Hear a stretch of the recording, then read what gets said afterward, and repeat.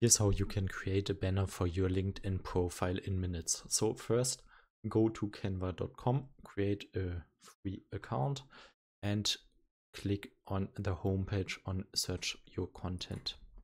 So type in LinkedIn, and the second option is the one we want to use. So here you can see you have a ton of different templates. Just choose your favorite, click on it, and now customize this template to adjust name and position. Now you can click on any object on this template, for example, the name, double click it, and now you can type your own name in there.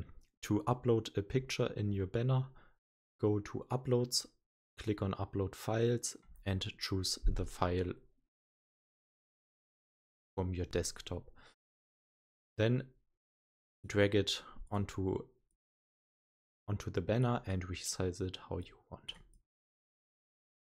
If you want to add any elements to the background, for example this, you can do this by choosing your element and drag it over there as well. Now you can lower the transparency and you have your banner made in minutes. So I hope this video helped you, and leave a like and subscribe.